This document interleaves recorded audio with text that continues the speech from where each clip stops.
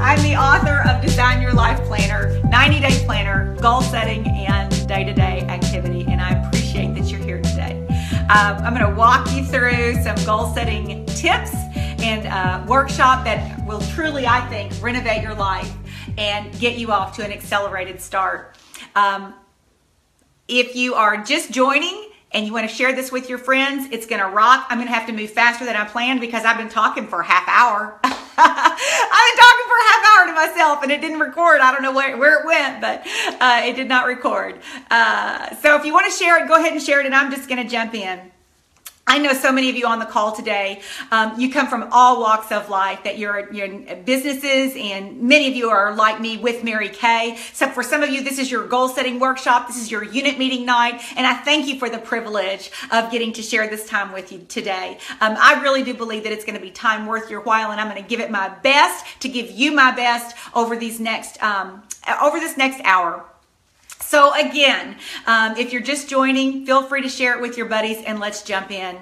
You know, December 26th, I love the week in between this and New Year's Eve. And so when Linda Tupin posted that today, I was reminded of my winning group of friends and how we've really just taken advantage of understanding critical windows of time. And I want you to know this is a critical window of time.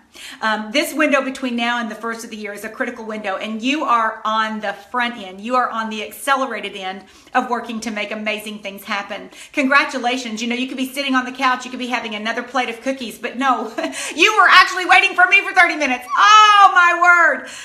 I do hope it makes you feel better. Okay, so what we're going to focus in on today, we're not going to do the entire 90-day planner, but for those of you who have a planner, when you did your homework, I'm telling you what, I know you're excited because you knew where to start putting some things. Your goal setting starting to come together. For those of you who don't have a planner, if you ordered it after midnight on the 21st, we'll be shipping again on the 28th. The 22nd was the last day we shipped out. If you're wondering what I'm talking about, go to PamelaShaw.pink. And it will be there for you. Okay, so let me jump in this small printed font because all my fabulous cards are down there on the floor. Oh, Hanahina. Okay. Today I'm going to focus specifically on what I consider to be 3 life changers, the deal makers, the career turning points, the celebration pillars. You know, forget the date book that you're using. It's like I said the last time. Date books are what show you what time and where you need to be. That's what a date book will show you. The 90-day planner and this process that I'm getting ready to share with you, it is going to guide you into life-changing awareness. It is going to support you in creating awareness and habits and intention and thought-shifting mindset, and allow you to commit to making the hours of your day the desire of your heart. That's what we want to do differently. So when opportunity presents itself, you know what? It's too late to get prepared. If you're a high school or college athlete, it's too late to get prepared. ACT score, it's too late to get prepared. A job application, a promotion, it's too late to get prepared. I'm going to challenge you today. If you're not prepared when an opportunity arises, it will be too late. And so today we are getting prepared. We are getting prepared. There are countless success stories, those of you who are using the 90-day planners or who have gone the 90-day process, and I'm hearing more and more stories. And here's what I want more than anything. I want these next 90 days to be your success story. Are you with me? Do you want these next 90 days to be your turning point, your catalyst? I believe that no matter where you are, the next 90 days can rock your world and be an incredible turning point for success that you're going to have. In fact, I believe that whether it's health or a size or a financial increase or a promotion or a swelling hobby that you have, that whatever it is, that this process is going to support you. The process itself is 20 years in creation. I have been working the process for 20 years. It's 16 and a half years in copyrighted publication. And there are so many success stories. The truth is this: you can change anything in 90 days. Anything. A relationship, your career, your body, you can change anything in 90 days. It's just that without the process and without the accountability and without the focus and the coaching, most people won't without the system. And so that's where I'm going to walk you through today, 3 critical pieces of it. So let's talk about goal setting. You know, I don't know about you, but what I've observed is that people who even teach goal setting aren't good goal setters. There have been times when I wasn't a good goal setter, but I could teach you a great goal setting class. And I didn't feel good about myself then, but I did it anyway. Because sometimes staying in motion, and let's just forgive ourselves, sometimes staying in motion is better than just throwing our hands in the air. There are people who spend more time planning their 1 to 2 week vacations than they actually invest in designing their lives. They spend more time on that vacation than they do their careers, their relationships, or their finances. And if you have become a lifetime goal setter, you will place yourself within the top 5% of all people in the world. And these goal setters, you become the most intentional human beings on the planet. As I look back on my goals for 2016, I accomplished some of them, but not all of them. Some continue to elude me. Habits, I set some. I nailed some. Some have eluded me. Some need remolding still. But without those goals in place, I would not have a measure for how the year went, and I would be tempted to be focusing only on what did not happen, what I didn't do, how I didn't perform, why I keep... Do you see me shrinking? When I only focus on what didn't happen and what I didn't do, then goal setting becomes that. And we find ourselves just looking back. We find ourselves just constantly looking back and telling ourselves all the negative stuff about ourselves. So wherever you're standing right now, I want you to face in a different direction. Okay? This represents, behind me, represents your past. And there's a lot of success on that past. There's a lot of success between when you started and when you got here. There is success there. But where we're going, bar the doors, Becky, because we're going to turn and face in a new direction. So today, whether you're a new leader or an aspiring leader, or you're in another business or another job or another career, or you're opening a business or you're out of the country, whatever you are today, you are leading, and you're leading the most important group of people, and that's yourself. Leading yourself well is going to be the most important thing you can ever master when you learn to lead yourself well. Not perfectly, well. I'm a lifelong project. You're a lifelong project. When you learn to lead yourself well, others will be drawn to you because they will notice. You won't have to tell them what you accomplished. They will notice who you are, and they will want to be a part of that success. So let's go back and let's review the questions, because a lot of you did your homework and I want to hear you on your homework. Okay, so here's the homework. The homework was to ask yourself a series of questions, starting with the biggest one, which is, what do I really want? What do I really want? As I face in this new direction, starting from this point moving forward, what do I really want? And then those 7 questions. I've been so energized hearing your answers to these questions, I can't even begin to tell you. So what would make 2017 your best year ever? List 10 things you would wish for in 2017. The third one was, what's one previous goal that keeps eluding you? The fourth one is, what's one change you'd like to make inside of yourself? The fifth one is, what's one habit you'd like to master? The sixth one was, what talent or gift would you like to own? The seventh one was, looking back on 2016, what's one piece of advice you'd give yourself? These answers, as you wrote them down, as you journaled, tell me if I'm right. They started to move you in a direction. They started to tell you where you want to go. They started to unfold right in front of you what your goals are. Yes, did that happen? The more you wrote, did you start saying, yes, now I know what my goals are? Oh my gosh, I'm so excited for this. And I'm going to ask you to write down some more questions. So those of you who are typing in, will you go ahead and type these additional questions in? Because these next ones are going to be important for you to consider as we move forward. Think about this. What were your biggest time wasters in 2016? What robbed you of your time? What took away your time? What distracted you in 2016? Next question. What, if any, limiting thoughts or beliefs caused you to doubt your ability and your direction? Next question. What's the loudest fear you have about yourself or your success goal? What's that loud fear that you keep hearing? Here's a very important question. What voices have I allowed into my life that aren't serving me well? Whose voices did I let speak into my life? Ladies, let me tell you something. The 5 women in your world, the 5 men and women who speak into your head, the 5 people who get to you every day, whether it's social media or live face in interaction, those voices will create the sound in your mind. And those 5 people will determine the way that you think, who's speaking into your mind. And lastly, what will I do to fade the distractions? What will I do to fade the distractions, eliminate doubt and fear, or move away from those voices and those friends? What will I do to move away? When was the last time you set a specific goal? You know, I imagine if you get on here on December 26th, you're a goal setter. And there was a time when you set a goal and there was a time when you were awesome about setting goals. But when was the last time that you set a really specific goal and accomplished it? It had a start time frame. It had an ending time frame. It was a SMART goal. It had measurable components. When was the last time you set a goal? And how did you feel accomplishing it? So let me ask you a question. Why haven't you set another goal that you were that committed to accomplishing? You may think that you have. I will argue that you haven't. You have thrown something out there maybe. Maybe you've written it down. But if you've been stuck in the same place for a long time, you have not set goals. That aspect of goal setting was missing. So we're going to start with SMART goals, S-M-A-R-T. I'm going to say some things today that I said also 30 minutes ago that because I've been talking for an hour now.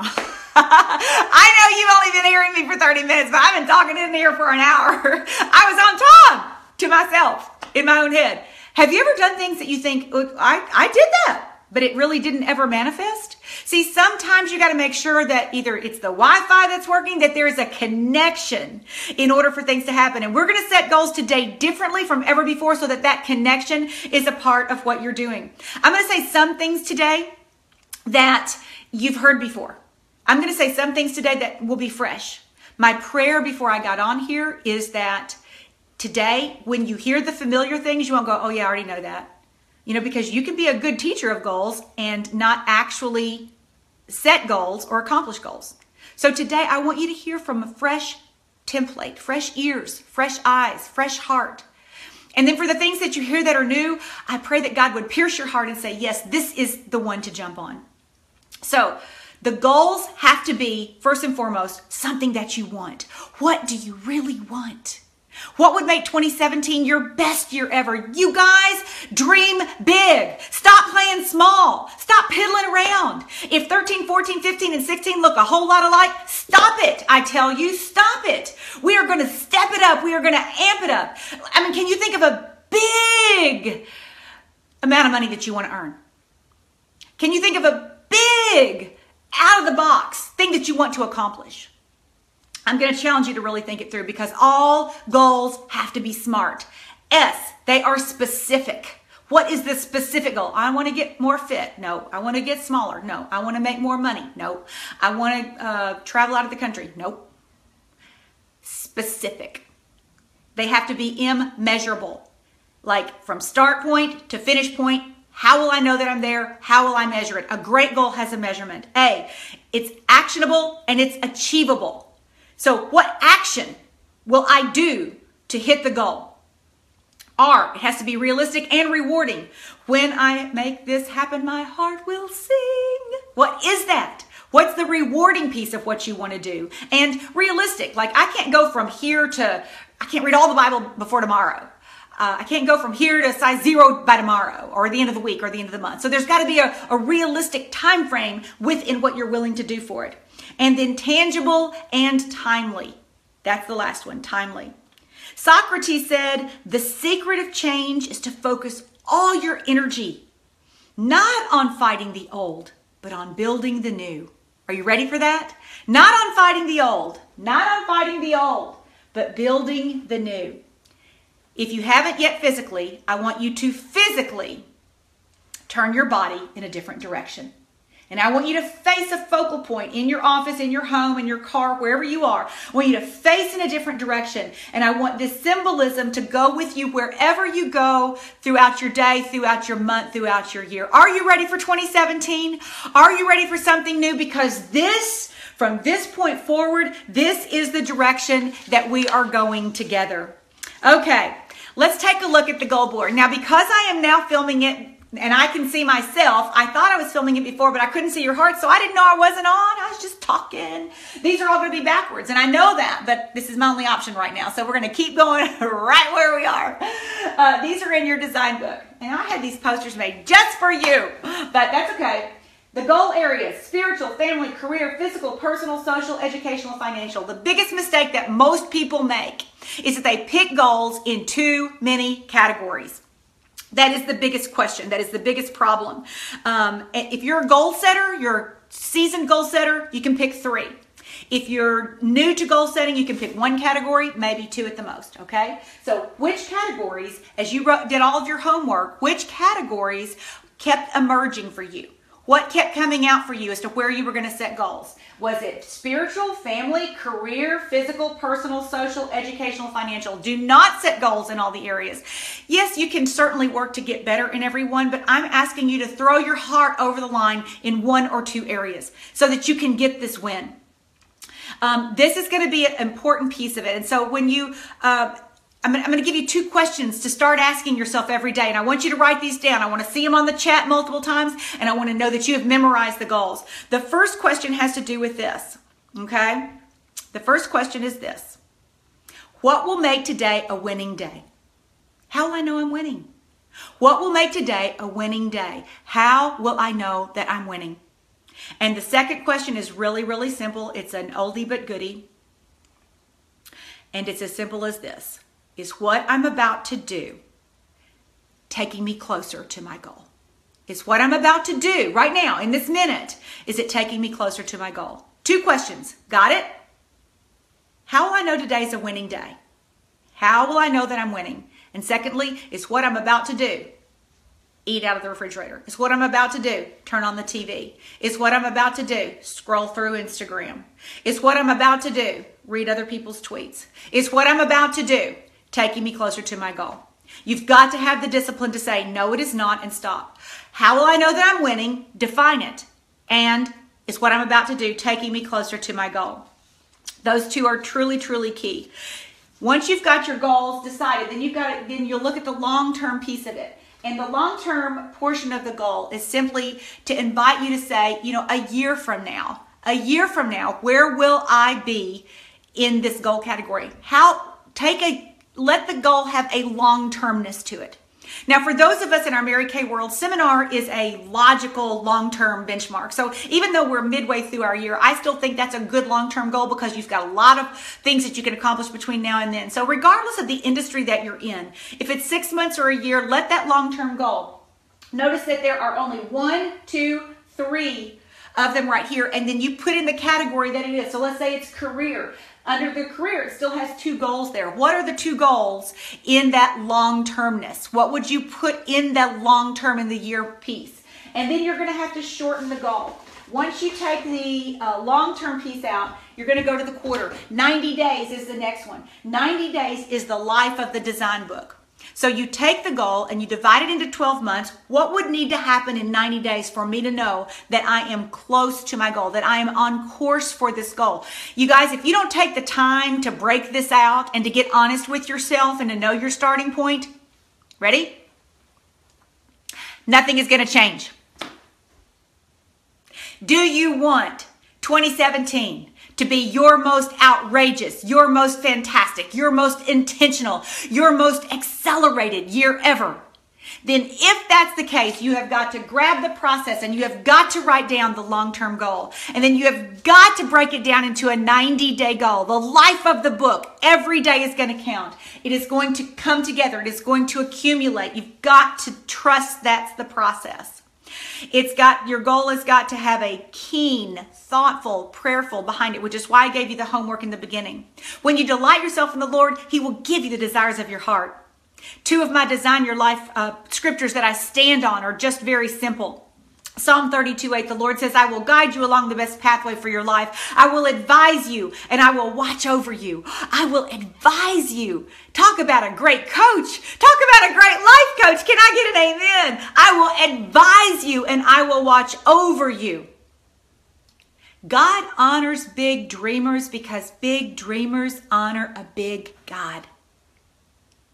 It is up to you The second one I also love, I gave to you in the preliminary, Psalm 25:4. It showed up in my quiet time last year. Show me the path that I should walk, O Lord. Point me out in the right direction to follow. I place my hope in you. To have a good year, you got to have a good quarter or two. To have a good year, you got to have a couple good 90-day segments in there, sisters. I've heard my friend Gloria Banks say for years, to have a good month, you got to have a good week. And you can break that all the way down. To have a good week, you got to have a great day.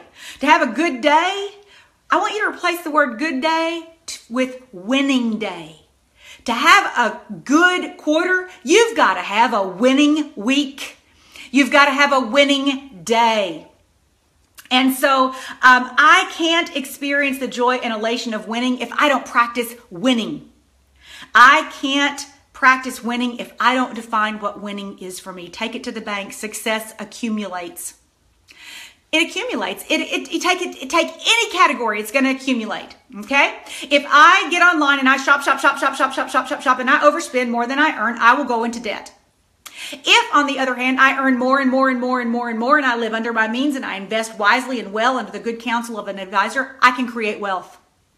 If I eat chips and junk and fast food every day and I remain sedentary, I will gain weight, I will be unhealthy, I could be fat. If, on the other hand, I eat mindfully, I eat food that God created, I eat clean, I choose an active lifestyle, then I will be healthful and taking my responsibility and have a reasonably, my body will settle into its own best. It's a process of accumulation. That is not brain science. However, we treat a day like it doesn't matter. We treat an hour like it doesn't matter. We treat a month like it doesn't matter. And how many years have we treated like it really doesn't matter? We get the same result. We're like, oh, whatever. I'm just not doing something right. No, stop it. You know why? Because from this point, moving forward, you guys, I don't want you to beat up on yourself. We are way too good at that. But I also don't want you to let yourself just completely off the hook because you don't want to feel bad. We're going to stand in a place of responsibility. And from this point moving forward, we are going to set goals differently. So here's the thing. Writing the goals are one thing. Checking on the goals are another thing. You've got to take it to the next place. And the next place is by the end of the month. By the end of the month. How will I know that I'm on course by the end of the month? Define what winning is by the end of the month and then by the end of the week. How will I know I'm winning by the end of the week? It's easier to keep up than to catch up. Write that down. It is easier to keep up than to catch up. And now here we are on the front side of 2017. It's going to be easier to keep up than to catch up. Are you with me? Okay, if you feel like this is being beneficial and you feel like it's going to support some of your friends, please share this to your wall and let them know because we're going to dig in deeper right now, starting right now. This is the process, you guys. The goal setting, 90 days, 1 month, into the week, into the day. How do I know I'm winning? Because if I'm winning today and I win again tomorrow and I win again on Thursday and I win again on Saturday, I have a week of winning and that accumulates. It just has to. It just makes sense. So the process is writing the goals is one thing and checking on them is another thing, reviewing them, tweaking them is another thing, and remaining accountable is a fourth and important thing. So to all of you lone rangers out there, anybody consider yourself to be a lone ranger? I want you to take this to the bank. Connection is the elixir of sharpening your character. Connection is the elixir of sharpening your character. You know, when I get together with my friends who use an iPhone, we always share something that I didn't know that they know. I learned something from them that they know that I didn't know when we get together. I can't tell you how many people I've taught how to airdrop photographs. I'm like, feel so smart when I teach a 20-year-old how to airdrop photographs because a lot of people don't know how to do that. But because we get together, we connect over common ground, we both get better. That is the reality. So when we're around friends and like somebody said today, hey, I'm going to Nashville. I'm like, oh, go eat at this place or try that. When you're connecting, then you get better when you're connecting with the right people.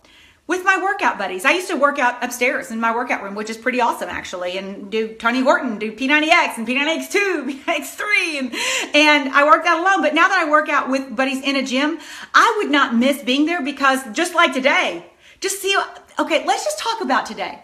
Today, because I put out there last week on the 26th, I'm going to be with you on the 26th, and I will be here at 3:30. My phone was blowing up. My text was blowing up. My wall was blowing up. Are you alive? Are you hurt? Kay Manship calls. Cody Maldonado calls. Cindy Max texting me. Angie O's texting me. Are you okay? Kay's getting ready to drive to Bowling Green. Why? Because I'm connected. I chose to make myself accountable. I told you where I would be on the 26th. When I woke up this morning, can I tell you where I did not want to be today on the 26th? I did not want to be here on the 26th.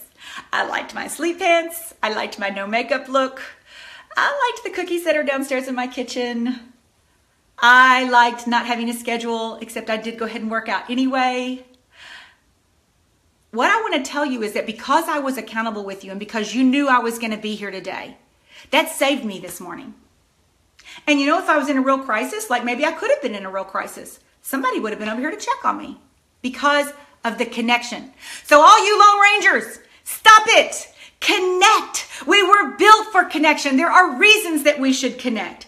It is so important that you choose to do that. And so let's move to our second category of goal setting. And that is the process simply of just getting to the end.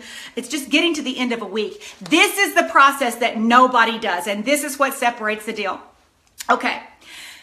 The purpose of having the book combined for your daily activities and your goal setting is this very next thing.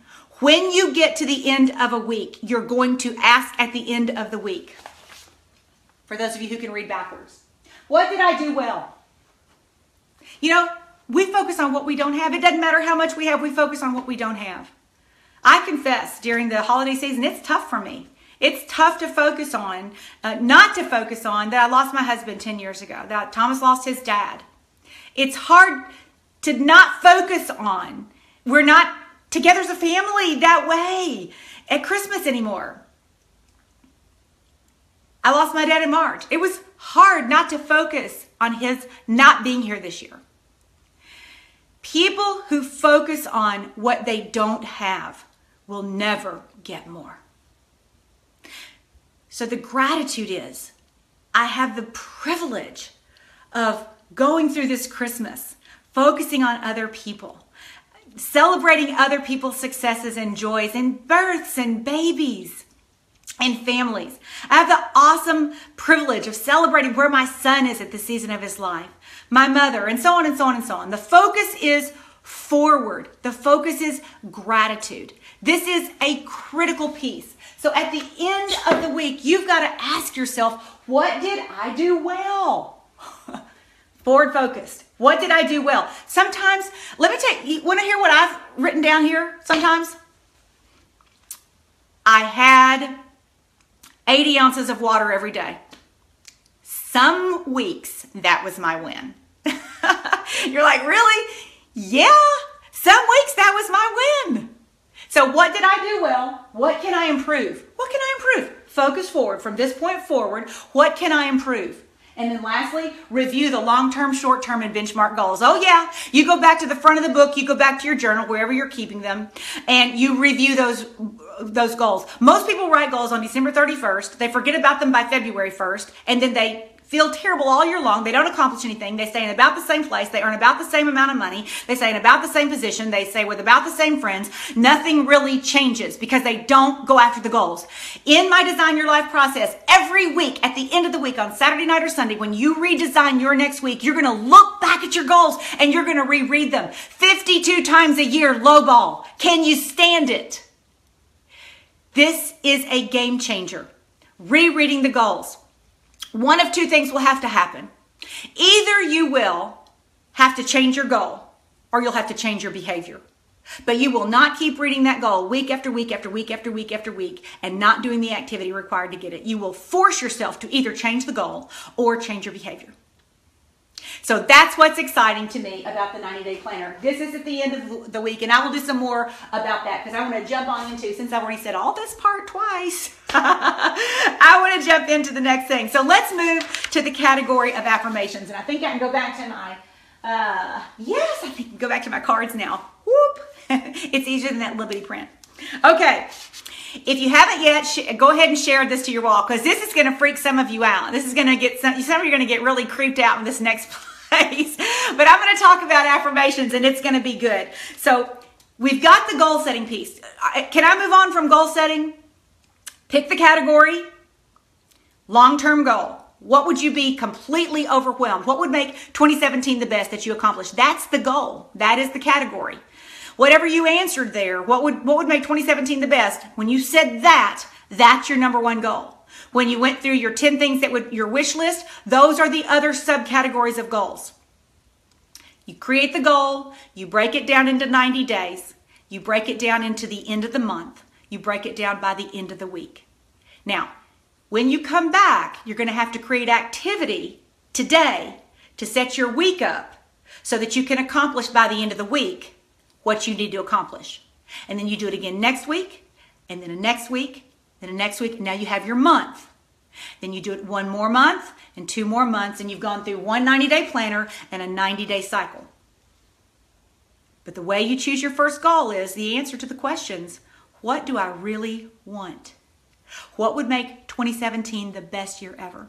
That's how you get through to setting the goal. So I'm gonna trust that we've got that process to start the template of goal setting, and we're gonna move on into the possibilities of affirming those goals and talking to your brain and telling your brain something. Now, for those of you who will start to think from this point forward that I have gone out there, this past year I have invested a lot. The past 2 years I've invested a lot of time in learning about the brain. I had a wonderful conversation yesterday with my nephew who's in medical school in New York about epigenetics. And Ben's always been the smart one. So can I tell you how excited I was to just have a conversation about epigenetics and how the brain can override DNA? I felt a little smart. And here's why I feel smart. Because your brain is so magnificent. Your brain is so amazing. Because you are fearfully and wonderfully made. The Creator made you in His own image. Your brain is a brilliant, capable, has wild possibilities that you have never, ever even stepped into. So there are 75 to 150 trillion cells in your beautiful body. Cells impact your thoughts. Your mind, your thoughts, your mind changes your DNA. Your mind changes your brain. Your thinking affects your today and your tomorrow. Your thinking affects your today and tomorrow. We're wired for love. We're made in His image. We learn to fear. We learn to fear. Deuteronomy 30:19 says, I lay before you life and death, blessing and cursing. Choose life so that you and your descendants may live. 75 to 98% of mental, physical, and emotional illness comes from our thoughts. When God's word tells us in Romans 12:2 to renew our minds, it is not a casual suggestion. We've got to recognize the responsibility to be transformed by the renewing of our minds. Everything we do and we say and everything we take action on, it was first a thought. If our thoughts go wrong, everything goes wrong.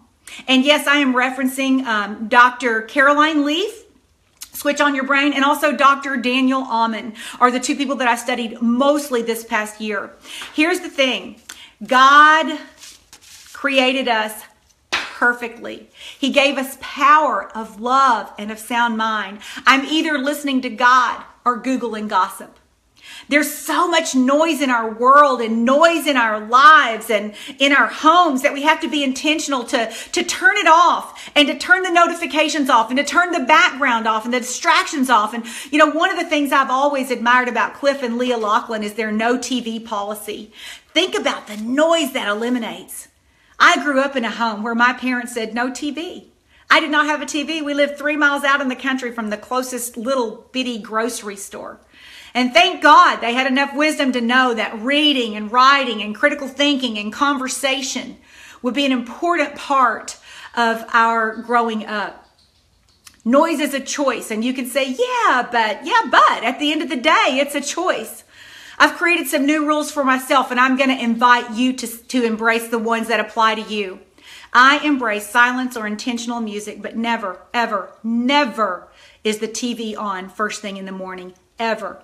Never is someone else's news or voice or message the backdrop in my home, whether it's TV news or Voxer news or email news or Facebook news. Never. It's either music or it's quiet. As I was typing these notes, literally, I could hear the fireplace over any other noise. I could smell the candle in my home, and I could smell the hot tea I was drinking. I'm kind to my senses so that I can concentrate. And for those of you going, yeah, but you don't have little kids anymore. I'm talking that I got up at 5 a.m. to create the quiet. Daily, I keep it quiet until after my quiet time and breakfast. If I'm looking for a particular piece of news, I might turn it on at the end of breakfast, but most days not. When I start breakfast, I turn on music before I go back upstairs to put on my clothes for my workout. 12:2, Romans 12:2, renew your mind. What else do you think it means? How does this play out? The science of thought is highly studied. Dr. Caroline Leaf is a neuroscientist who also happens to be a born-again believer. She fascinates me.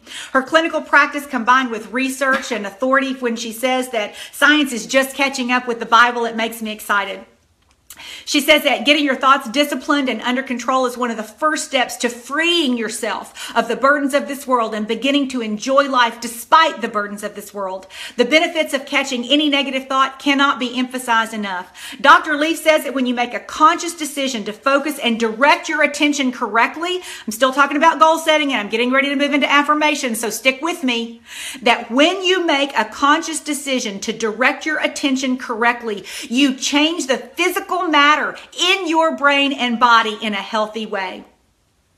She writes about interesting research relating to a type of protein called a prion protein and says it operates a little bit like Dr. Jekyll and Mr. Hyde. And in her book, Switch on Your Brain, she writes, when a prion protein folds over itself, it plays a crucial role in neurodegenerative diseases that lead to dreadful syndromes such as mad cow disease. But scientists have now found that the prion protein abounds in synapses, the contact point where signals are passed from one nerve to the next. Oh, y'all, hang in here with me. This is so important. Prions help create long-term sustaining memories. They're also important in neuroplasticity. Neuroplasticity means that no matter what you thought yesterday, you can change your brain. You can change your mind. You can change your thought. Whatever you thought yesterday, you can rewire it and think differently today. And finally, they're involved in neurogenesis, these prion proteins in your beautiful brain. The point here is that this protein does amazing things in the brain in response to good signals, and it goes crazy to negative signals. Have you ever thought this thought? I have. I'm getting ready to tell you. Have you ever thought this thought? I think I'm losing my mind. Have you ever thought that thought? I have. A chaotic mind filled with uncaptured, rogue, negative thoughts of anxiety, worry, and any manner of fear-related emotions, it sends out the wrong signals in your brain. So there are some basic facts about our brain. We have all kinds of coordinated networks in our minds, and they form a constant intrinsic chatter in the non-conscious part of our mind. When these networks work correctly, we can increase our intelligence and our health. I'm going to talk to you about how to make these thought networks operate correctly in your mind. Are you ready? When we intentionally switch back and forth flexibly with creative thinking, we can capture our thoughts and control them. When we dig into a negative thought and we dig into it and we dig into it and we dig into it and we dig into it and we beat ourselves up and we tell ourselves a story and a limiting belief becomes our pattern, we can think we're going crazy.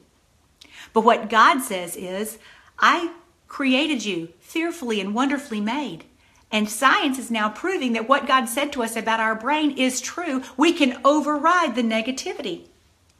When we direct our rest by introspection and self-reflection and prayer, when we catch our thoughts, when we memorize scripture, when we develop our mind intellectually, we improve our brain function as well as our body and mind and spiritual health. Toxic thinking produces miswiring in your brain, which causes maladaptive, depressive ruminations and decreases our ability to solve problems. Have you ever thought, I've just got too much going on in my brain, I can't even think straight? It makes us feel foggy. It makes us feel confused. It makes us negative. It makes us feel depressed.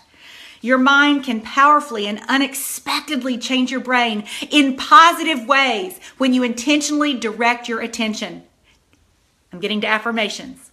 When you intentionally direct your attention. The non-conscious mind is where 99% of our mind activity is. It's the root level that stores the thought with the emotions and perceptions, and it impacts the conscious mind and what we do and what we say. If you've ever had an emotion come over you quickly, have you ever had something come over you, like just jump into your mind and you thought, where'd that come from? There's a biological explanation for it. Everything is first a thought. You, however, get to choose how long that thought takes residence, because your brain is designed to respond to your mind. Your brain is designed to respond to your mind. So if a thought comes into your mind, you capture it, you rethink it. Let me ask you this. Have you ever woken up from a dream at night and it's a scary dream and you're like, oh, where'd that come from? Whew, I do not want to dream that dream. And you think, okay, I'm going to dream something specifically different. I'm going to dream about, I remember once when Jerry, my late husband, let Thomas watch Jaws on a Sunday afternoon at 4 o'clock. And I was like, okay, well, when he wakes up, and you're going to be the one to go upstairs and talk to him. Sure enough, 3:34 in the morning, Mom! I'm like, I think I hear your name. And so after about the third trip down, I went upstairs. I'm like, Thomas, what is it? He goes, there's a shark under my bed. I'm like, that is impossible. There cannot be a shark under your bed. Where do we live? Kentucky. Where do sharks live? In the ocean. Where's the ocean? Atlantic Pacific. There's not a shark under your bed. There's a shark under my bed. I'm like, you're going to have to think a different thought. What do you want to think about? Christmas. What about Christmas? Tell me about what you love most about Christmas. I love waking up and knowing. So we went through the whole thing.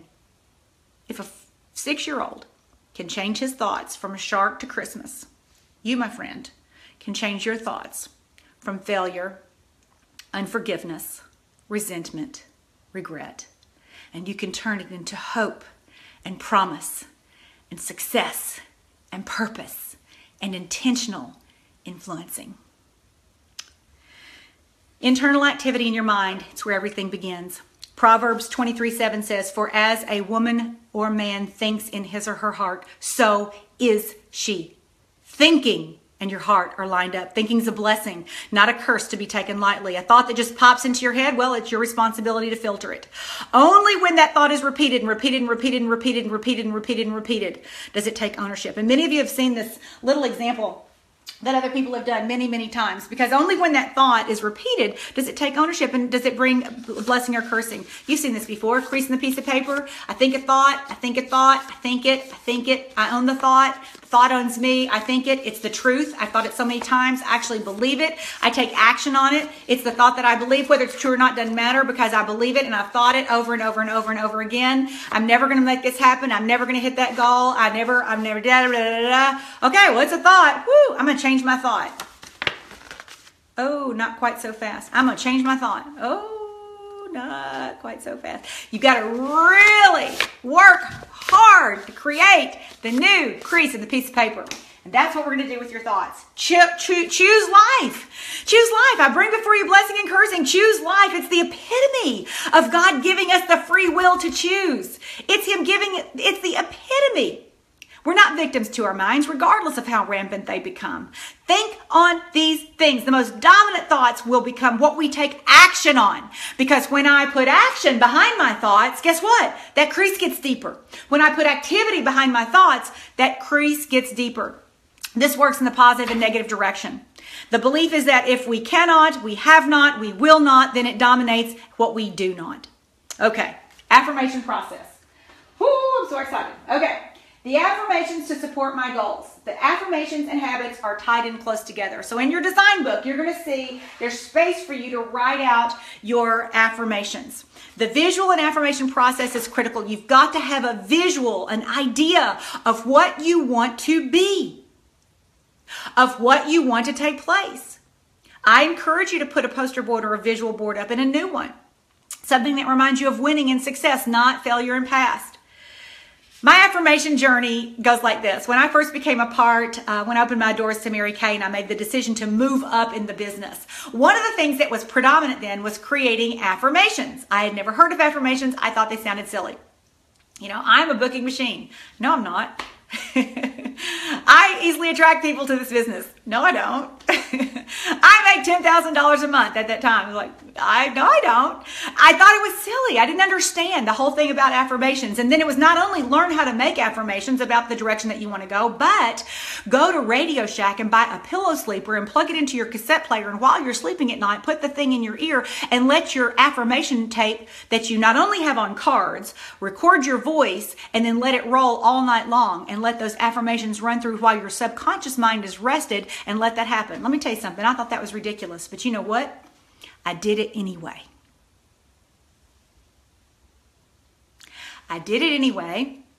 Not because I knew about Dr. Caroline Leaf, and not because I thought that I could change my IQ, and not because I understood that I was fearfully and wonderfully made, and not because I knew that my mind controlled the matter of my brain, and not because I really thought that anything different would happen. I did it because of the authority of the people who were over me told me that it made a difference. Do you know how wise Mary Kay Ash, the woman, was? How ahead of her time in every category of conversation? That people who were doing those things then, and I jumped on board. And you know what? I have affirmation cassette tapes. I found them cleaning out a closet. They're hilarious to listen to, but guess what? I couldn't find an affirmation that had not already happened. I could not find an affirmation of a goal I hadn't already accomplished because they were a long time ago. Now, here's the good news. You don't need a pillow sleeper because we have smartphones, and your smartphone has a voice recorder, and I'm going to talk to you about how to make it happen. Of course, you can let them go all night long if you want to. But you have to get affirmations for your design book.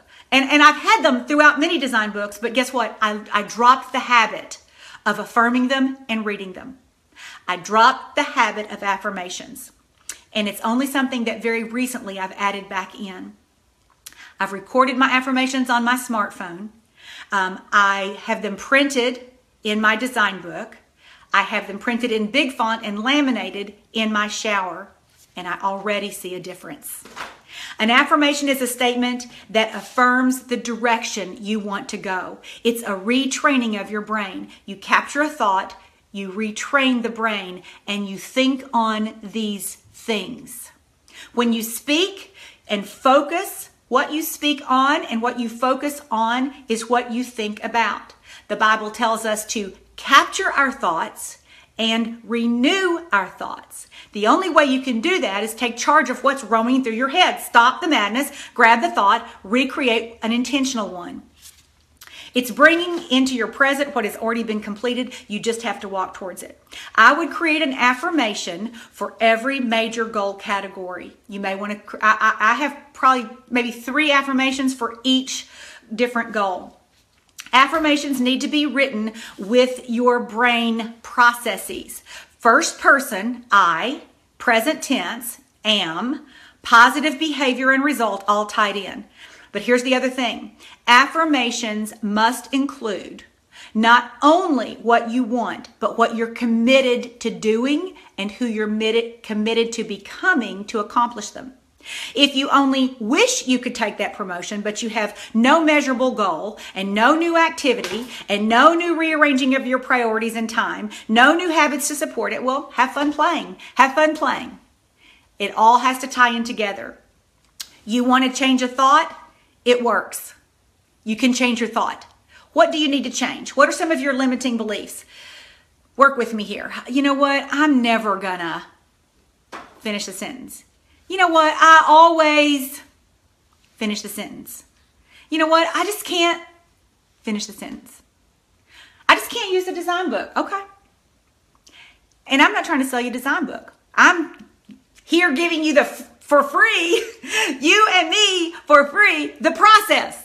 It's not, the magic isn't in the book. The magic is in what you do with it. The process is truly a godsend. It was something God gave to me years ago that I have been faithful working with. However, I've had 90 days where I just wrote in the book and didn't really work the process. Because negative or limiting thoughts will come in. What if, let me tell you, your brain is so much more than those limiting thoughts, and so are you. You're fearfully and wonderfully made in God's image, so let's live like it. What if we lived the way God created us? What if we lived fearfully and wonderfully made? What if we lived in the gratitude of what we do have and not in the missing of what we don't have? What if we lived facing forward to what has promised us in the future? What if we captured all the negative thoughts and replaced them with renewed thoughts? what would our testimony be to other people looking on in our lives? Would we have to constantly tell them about our faith, or would they just look at us and say, I want what you have? I think that's the way it works. Affirmations are a result that you're committed to creating. It includes what you want along with the action to get it. Okay, some examples that I have edited from Hal Elrod's Morning Miracle book. Here's one. I'm committed to doubling my income the next 12 months from blank to blank so that I can provide financial security to my family, or so that I can start a savings and investment plan, or so that I can walk away from my day job and be a full-time entrepreneur. That's a good affirmation you might want to apply. I'm committed to doubling, tripling, quadrupling my income the next 12 months from blank to blank so that. So an affirmation is, I am committed to the specific of blank to blank, specific amount, and then why? So that you can financial security for your family, start an investment plan, walk away from your job. That's an example of an affirmation. Here's another one. You have to add the actionable piece of it. To ensure that I double my sales and profit, I'm committing to doubling my daily prospecting from 20 to 40. 20 people to 40 people, 5 days a week. Between 8 and 9 a.m., no matter what. So you've got the goal, the action, the specific, the what, and the when. Okay? Here's another example. To ensure that I lose 20 pounds, I'm committed to going to the gym 5 days a week and teaming up with the boot camp group between 6 and 7 a.m. Okay, so your affirmation is including a 20-pound weight loss. And then what are you doing with that? Because I'm committed to going to the gym 5 days a week to do what? Stand around and look? No, it's a result. It's the result that you're committed to creating. I'm going to be working out with a boot camp. Okay, so I'll do that when? Between 6 and 7 a.m. That is a good affirmation. Okay? Affirmations create a picture of who you need to become, what you need to do so that you can have the results. It's not just, I earn 3 times more this year than next. It's gotta be comprehensive. This strategy works because when you connect the person that you want to become on the way of achieving your goals, there's agreement in your brain, and this will work. It's who you are and who you become that brings about the results more than anything else. Who you are and who you become. Okay, I'm gonna give you one of my real ones. Ready? Self-disclosure. I'm completely health and fit, physically active, 5+ workouts a week. I'm sugar-free and enjoy whole, healthy foods as a preference. I weigh 120 pounds with 13% body fat. I feel energetic, fit, sexy, and skinny when I maintain 120. That's mine. Okay. What's yours? Create an affirmation for each of the goal categories. Don't overdo it. Don't underdo it. Create an affirmation for each of the categories. Okay, it says it's froze. Okay, there we go. I see somebody. Okay. Using your current technology on your smartphone, on the background of my affirmations when I read them, in the background I have playing Great is Thy Faithfulness. Maybe you want to use classical music. Maybe you want to use music that doesn't have any words to it if it's distracting to you. But in the back of mine starts out and it goes, great is thy faithfulness, great is thy faithfulness, morning by morning, new mercies I see. And then it starts and my first one starts. And so then I lower the volume and elevate it. Okay, get this. They're typed, they're laminated, and they're also in my shower so that when I'm in my shower, I also read them out loud again with passion daily. Then I also made an evening one. This is new. I made an evening affirmation tape so that my brain will wind back down and I will prepare my brain for sleep. If you haven't shared this yet, go ahead and share it because I think it's pretty radical. I think it's pretty exciting. It's tied into biblical truth. It's tied into the way that God made our brains to work. And He tells us to capture our thoughts and to renew them. And when we capture them and renew them His way, not New Age, name it, claim it, I want this, I want... No. We started out with, I will guide you along the pathway for your life. We started out with, and I challenge you to, answer the questions, sit down, pray, ask God to show you, then answer the questions. We're way past name it, claim it. Okay, so here's the start of my nighttime tape that I put, the recording on my smartphone, played, in my notes, played. Here's the way it starts. I'm not going to give you the whole thing, but here's the way it starts. I've completed all the daily tasks necessary to prepare myself for tomorrow, including setting out everything for my ideal morning. Design book set, journal, Bible, coffee, workout clothes. My alarm is set at 5:45 and I wake easily before it goes off. I have clarity as to what I will do when I wake. I'm anticipating the morning with positive expectations and excitement because I'm well aware of the benefits that I'll receive by choosing to wake up and live the design of my life. Hearing a fresh word from God, expanding the faith and clarity of my vision. It's longer, but it's got classical slow music behind it. It's about 5 minutes long. I usually fall asleep before it finishes, and it's already in nighttime mode, so I don't have to change anything to my clock. My room is already completely dark, so I'm already ready for my sleep. Getting to bed on time has been a discipline that I've had to choose to give into as part of the sacrifice. But reminding yourself of what you'll do to stay on track will push you through those tough spots. So the affirmations are in my design book, in my shower, on a recording. I have specific times to read them in the shower, to listen to my affirmation recording in the morning, at the end of my quiet time while it's still quiet, it's still dark outside, and then reflect in my design book at the end of the week when I go back and look at my goals. I go back and look at those affirmations at the same time throughout the beginning of each week. What do you think? What do you think? Okay, I'm excited. Oh my goodness. Will somebody post for me what time it is? Because I think I'm like way behind. Okay, habits. We've all heard this. First you create your habits and then your habits create you. We have all heard that. But it's true. We create our habits and then our habits create us. And so on the right side of your design book, habits to create, it says by breaking the habit of blank, because we always talk about, I want to break a habit. I'm going to break a habit. I'm going to break the habit of sleeping in. Well, you can't do that until you create the habit of waking up early. I want to break the habit of eating sugar. Well, you can't do that until you create the habit of eating a healthier option. And so I really want to urge you to think through what habits we're talking about here, okay? So on the right side of the board, first you choose your habits and then your habits choose you. Last year I was in an airport. It had been a long travel day and I'd eaten clean on the trip, the entire trip. And I went to a restaurant and the smell of cookies was absolutely overwhelming. And I was just getting ready to order that cookie. I mean, I was tasting how good it was going to be with my coffee. And just as I was getting to the time where it was my turn to order, I noticed this gal, 2 people in front of me, and she had on Lululemon shorts and cowboy boots. And somehow she was walking in my ideal body. I do not know how it happened, but she was wearing my body. And so all of a sudden I tuned into what she was ordering and I followed suit. I didn't eat the cookie. I didn't order the cookie. I followed suit. There's little random to our why and our what. Our why and our what makes sense. Our why and our what makes sense because our choices and our habits make sense. See, here's the reality. I first think a thought. I either capture it, renew it, own it, or let it go. My thought repeated will cause me to take action. I will take that action. When I do that same action or inaction, action can be inaction. I have a thought, I do the inaction. That turns into belief, that turns into result, that turns into character. To change a thought takes great focus and attention. I would suggest no more than 3, 1 or 2 is a stretch. So, what habit do you want to change? Sleep, fitness, size, working out, finances, career title.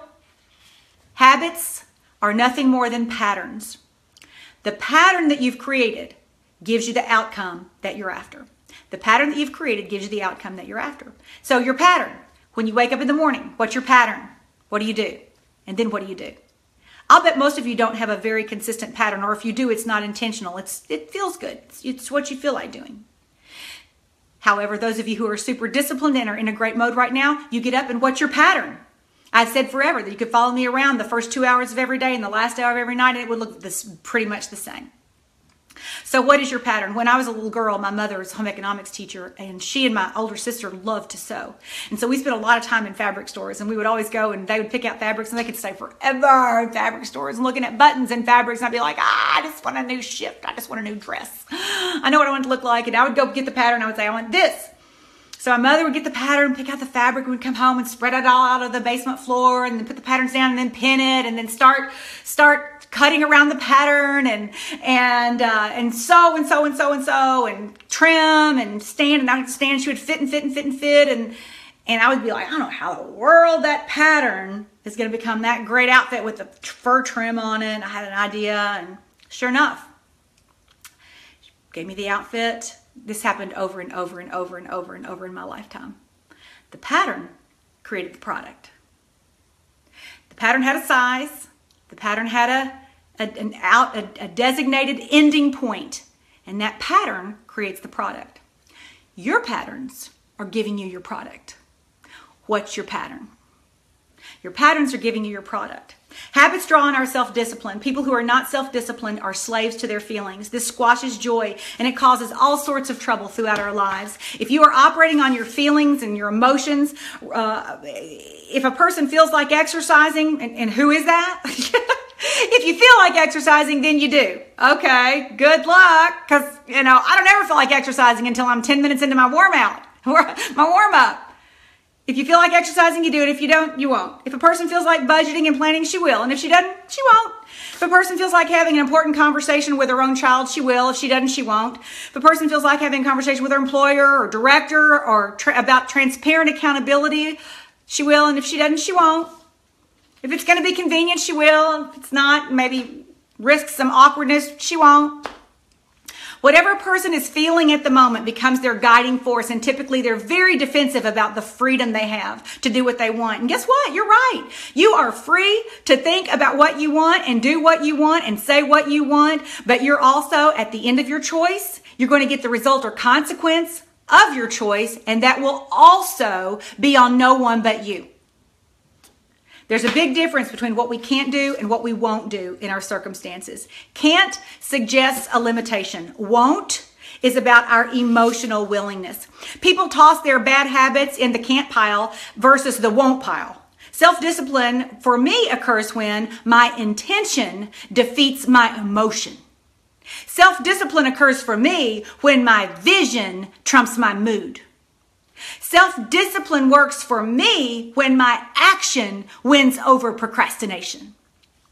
So the question to ask maybe is, how might last year have been different for you every time you could have taken a positive action if you'd made that choice instead of denial, procrastination, or delay? How might 2016 have been different? Stop. Point forward. From this point moving forward, how will your choices advance, accelerate, give you the intentional outcome you want?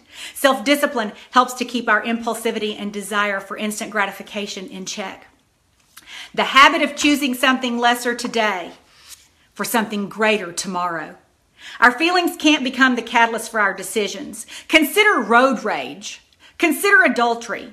If our thoughts aren't first trained and our habits restrained and our habits solid, then our feelings run wild. And if that's the case, outcomes can become deadly.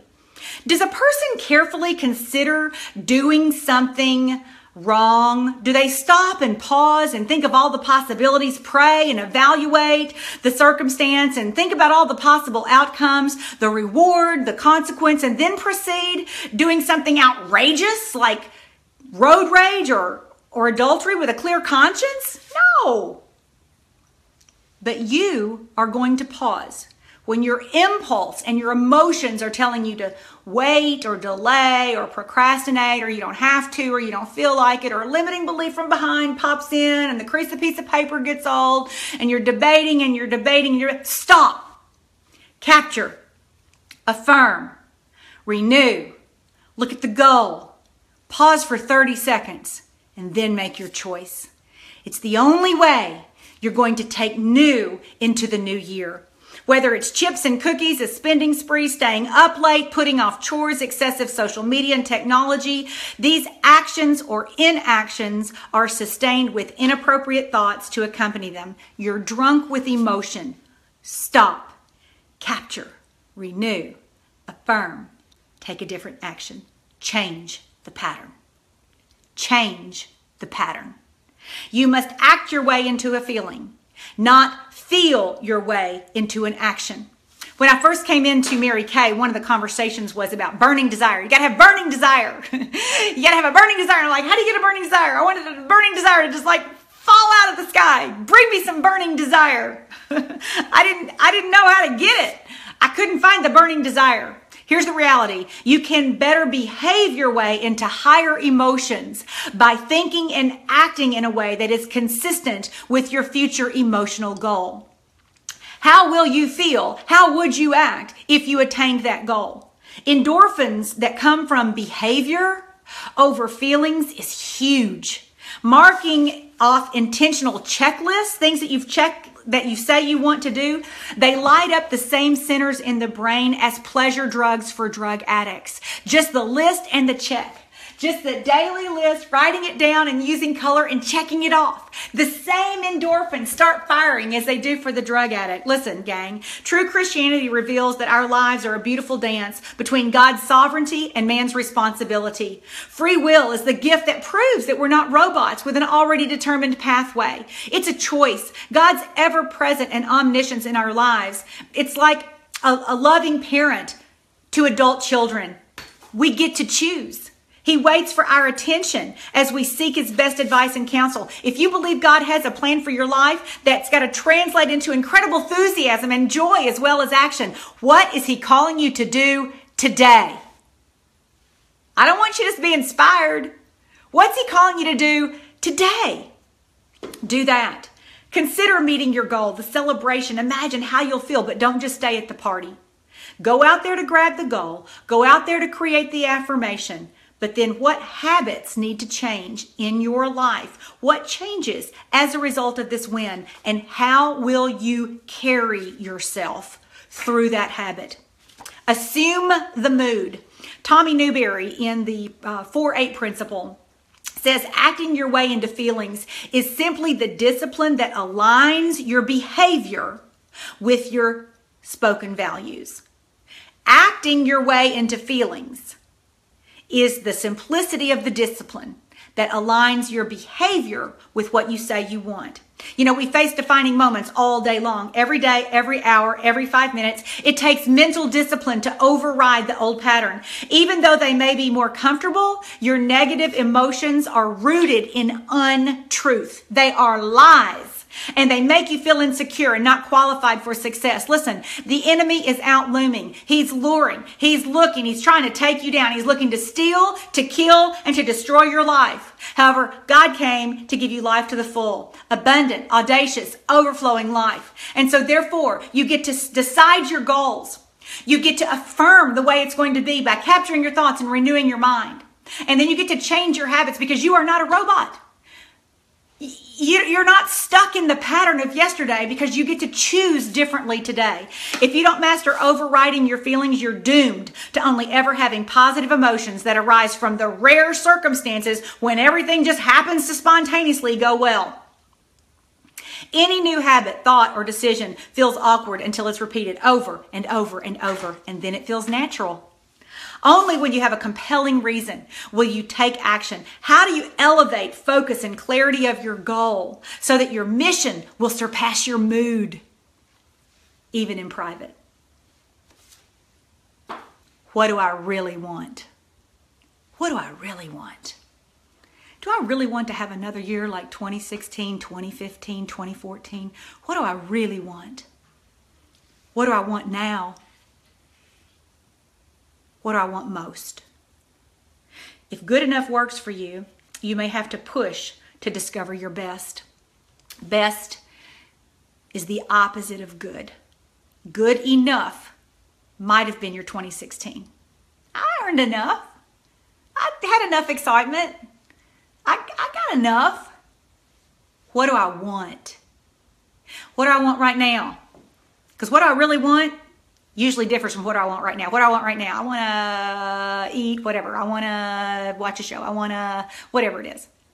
What do I want most? Oh, what I want most is what I want in 2017. What I want most is the 10 things that I want to happen this year. What I want most is what would make 2017 the best year ever. What do I want now? I want to go to bed. I want to eat what I want. I want to watch TV. What do I want most? What I want most is, what would make 2017 the best year ever? What are the top 10 things that I want this year? Are you following me? You've got to learn how to ask yourself these questions. I behave my way into a new feeling. I have to become my own best coach. Consider the alternatives. Another year of the same. The 4-8 principle comes from Philippians, and it is, think about these things. Whatever is true, whatever is noble, whatever is right, whatever is pure, whatever is admirable, whatever is excellent, whatever is praiseworthy. Think about these things. The best way to create a new habit is to decide your default thoughts. My default thought is gratitude. It may take me a minute to get there after I feel sorry for myself for a minute, but where I land is gratitude. In order to repeat this, I've got to create a new pattern for it. I have for years developed the habit of framing my day, the first 2 hours and the last hour. Follow me around for a week and you'll see a strong pattern in the first 2 hours and the last hour. Successful people who define themselves as successful, financially independent, achieving goals, serving, moving forward, advancing in their lives, getting promotions, moving forward, stepping into God's greatness, benefiting others. They have some common morning and evening habits. And I'm going to give you 4 things. So write these down, those of you who are with me. Number 1, consistent wake and sleep times. Knowing your best hours of sleep. For me, I need to be asleep by 9:30, 10 o'clock latest, preferably 9. And sometimes I'll go to bed earlier, especially when the sun is like it is. An early wake time, early to bed, early to rise, makes a man healthy, wealthy, and wise. My grandmother used to say that. But consistent wake times, your wake times don't have to be my wake times, but you've got to have consistent wake times. The minimum number of hours of sleep that is considered healthy for the brain, for the body, and for longevity is 7. That's not enough for me, but 7 is the minimum. According to scientific research, that's number 1, consistent wake and sleep times. That may be the hardest habit you have to do because you got to rearrange your house, rearrange the noise to make it happen. My mother used to go to bed at 9 o'clock. Didn't matter what the rest of us did. When we were teenagers and adults, it was like, you know what she finally said? She said to herself, I need 9 hours sleep. I'm going to bed at 9 o'clock. And she did. My mother's 84. She does yoga. You should have seen the spread she cooked for us yesterday. It was just like out of a Southern Living magazine. Still. In the heat of grief, my dad's been gone 9 months, our first Christmas without him. She's remarkable. She practiced healthy self-care early in her life. Number 2, have structure to your morning. When you wake up and you know what is next, it keeps you from having to negotiate what to do first. If I woke up and I didn't know what I was going to do next, I'd have to negotiate every day based on how I feel. Oh my gosh! I cannot imagine. That's exhausting. Who would want to do that? When you wake up, know what comes next. You don't, for me, it is, the coffee has already been preset. I smell it. I turn off the alarm. The coffee is down. I pour the coffee. I turn on the fireplace. I turn on the Christmas lights. I go to my quiet time location, my war room place. I have my Bible open, my prayers that for my people, all my people's listings, names, the people that I pray for, friends, work associates, my directors, my friends, and truly get into the word of praying for them, get into God's word, learning, devotional, quiet time, reading my affirmations and listening to my affirmations. That's the front part of my day. Then at 7:30, I let the dog out. I eat breakfast. I put my workout clothes on. Because my workout clothes, I laid them out the night before and I put them on my heated bathroom floor. Don't hate me. You can put yours by a heater. The reality is most people don't work out because they don't know what to wear when they wake up. But that comes in the evening.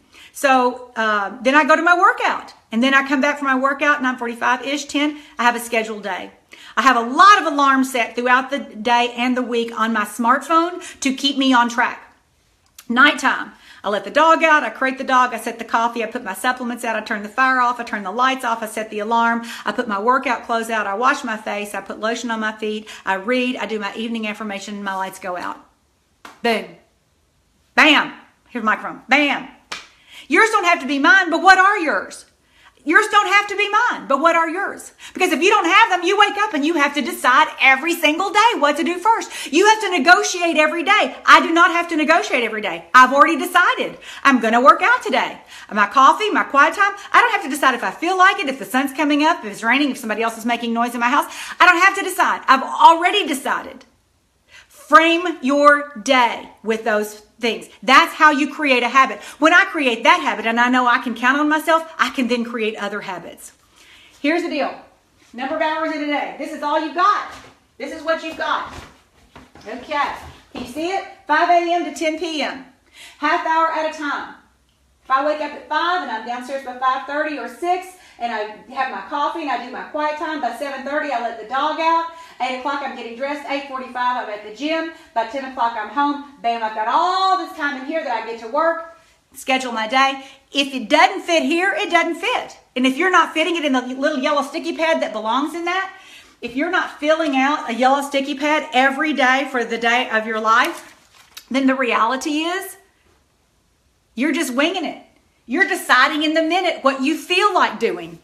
And you're never going to be able to accelerate your success based on your feelings and your emotions. So these hours in the day, they tie back into my goals, my affirmations, and my appointments come in here somewhere. People purchase date books to make appointments. I designed a planner for you to gain clarity, for you to have a process, to set goals, to tweak and adjust those goals so that I could adjust my habits and become a person who can accomplish what I want by holding appointments. That's a big difference. When you purchase a date book, you purchase it on how you're going to see your appointments. I designed the planner so that I could gain clarity on what I want, so that I could set goals, tweak and adjust my habits, so that I can become a person who can accomplish what I want by holding appointments. For those of you who have asked, you can go to PamelaShaw.pink. You can sign up on my mailing list. I'll send you more information, other training, but meet me there. For those of you who just joined, I'm Pamela Shaw. I hope you share. I'm going to wrap it up right now. If I want to make 20 calls tomorrow, it had better have a time slot. 3 o'clock, 20 calls. If I just make 20 calls tomorrow on my list, but not on a time slot, I will be transferring make 20 calls for the next 90 days. What I do has to have a time slot. If it's only on my list, it won't happen. I will do everything to keep from taking that off my list. I'll scroll through social media. I'll react to incoming information and emails. I will like other people's posts. I will make a post or two. I'll repost a thing or two. I'll record a thing or two. I'll do something productive. I'll fold a load of laundry. I'll rearrange a pile. I'll send out or forward a thing or two. I'll call it a day.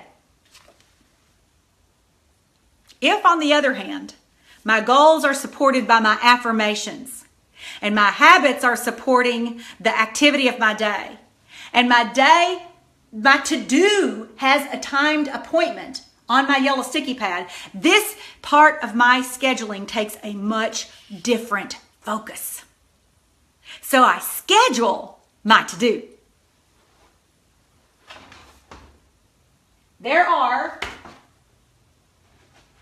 This is a day. This is a daily page. You can see this in your design book. And I'm not going to go through this right now because I pretty much just talked through the whole piece of it. Now, I'll break that up more often because I think I've talked about that probably the most of any other page. Here's what I want you to do in closing. There are 168 hours in a week. I'm going to give you my average week. Okay, my average week, 56 hours sleep, 15 hours for meals. And I took some time to think about this a long time ago, and I've revamped it and relook at it. This is not just like regurgitate. This is kind of what I really do. 56 hours sleep, about 15 hours on meals, 13 hours between quiet time and church, 12 hours between exercise and travel time. And y'all are going, whoa! Yeah, because in order for me to be at my best, that's got to happen first. 6 hours family, 3 hours friends, 2 hours reading, 42 hours work, 8 hours shower and dress, 3 hours errands, personal appointments. That's 160 hours. I have 8 hours left. And I padded in all that. I have 8 hours left. What are you going to do with your 8 hours? I'll bet some of you have up to 25 or 30. Some of you have more. But when you figure out where your hours are going, what are you going to do with your prime time hours? When you look at your hours against your day and the hours in that day, then you ask yourself one leveraged question. What is the one thing I can do towards the accomplishment of that goal that would make the biggest difference in my victory? What is the one thing I can do in the goal of my finances that would make the biggest difference? What is the one thing I can do in my business that would give me the biggest bang for my buck, that would make the biggest difference towards my goal of what is the one thing I can do towards my health today that will give me the biggest bang for my buck? What is the one thing that I can do inasmuch it would make everything else easier or even unnecessary?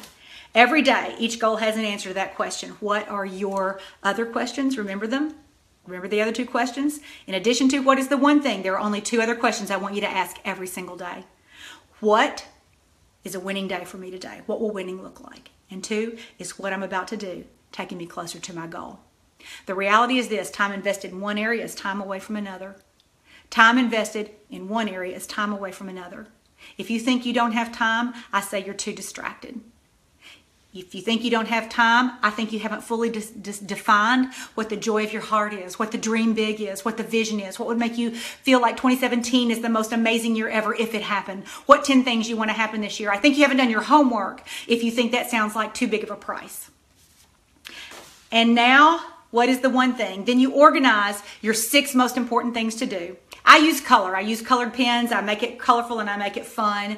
And to me, that's the biggest piece of keeping my attention is using color. In the Mary Kay business, what you've got to understand is that most promotions and opportunities, they're not random. There is a pattern. They have a pattern. What is it in your business or your world? In the Mary Kay business, if you want to earn the use of a career car with the overriding vision of moving up, not just for the checklist, but it's like 3 plus 3 plus 500 a week. 3 solid parties, 3 quality face interviews where you're coaching a person to the desires of her heart, and at least 500 in new sales. That's in the Mary Kay business. What is it in yours? Successful people have patterns, and they have not held out their secrets of success for you. You know what they are. You either ignore them or you do them. You don't have growth in your organization right now. Who are you waiting on to grow it? I don't understand this part. If there's no growth, why wouldn't you go out and grow it? Broken down into coached and pre-profile parties, components, people to call. Do I have people to call? Do I know what to say? Do I know how to confirm a solid party? Do I know what the hostess wants? Her guest list, did I retrieve it ahead of time so that I could call each guest? Do I have inventory on shelf to prepare a roll-up for each guest? Do I have a party procedure that's engaging and moves and excites people and informs people? Do I have a close that offers clear options? Do I have a one-on-one close so that I can let her know how special she is and appreciate and find out what her needs are, meeting those needs, booking her for color? Do I have the full circle possibility, opportunity? Do I know how to share that information? In our business, a director in a unit club, it's about 100 star consultants and a unit of 250 would make the million in our business. Broken down into a plan for growth, the director plus the team, how many people the director's in front of, there's a pattern for the number of people you need to be in front of. You're going to ignore that and look back and go with limiting beliefs and old school, or you're going to face forward and say, I take responsibility for this fulfillment of this goal. And I'm going to get the number straight. And I'm going to take time to process. And those are going to become my new habits. And I'm going to include them in my day. And I'm going to design them in the course of the day in the 168 hours I have a week. How many people the director's in front of, and effectively coaching her people to success. Taking personal responsibility for the growth. This process can translate into any business. Job, hobby, career, workout, finances. Get your head out of the sand and stop pretending not to know. You know. You're fearfully and wonderfully made. Your brain can override your mind. Your brain can override your thoughts. You truly can tell it what to do. Stop being mad at somebody else for what you're not doing. Stop regretting what you haven't done. Stop thinking that there's not enough time. You can win. Take the first step in faith. You don't have to see the top stair of the Statue of Liberty to walk to the top. You just have to take one step and keep walking up. Why? Because steps accumulate. At the end of the week, you reprocess it all over again. Average leaders have a quote. Good leaders have a plan. Exceptional leaders have a system. This is a system that you can follow, that you can design to be your own, that you can customize for your priorities, for your goals, for your accomplishments. At the end of the week, complete the process, repeat the process. Complete the process, repeat the process. Some of you are leaders of large teams and organizations. Some of you are thinking, I'm not a leader. You surely are. You're leading your life. Until you lead yourself, Truly, nobody else is going to do it for you. If you're tired of that story, then change the story. She who cannot set herself on fire cannot warm another person. Don't let disappointment or obstacles or the unforeseen derail you. Anticipate obstacles. Nobody's going to come in and do it for you.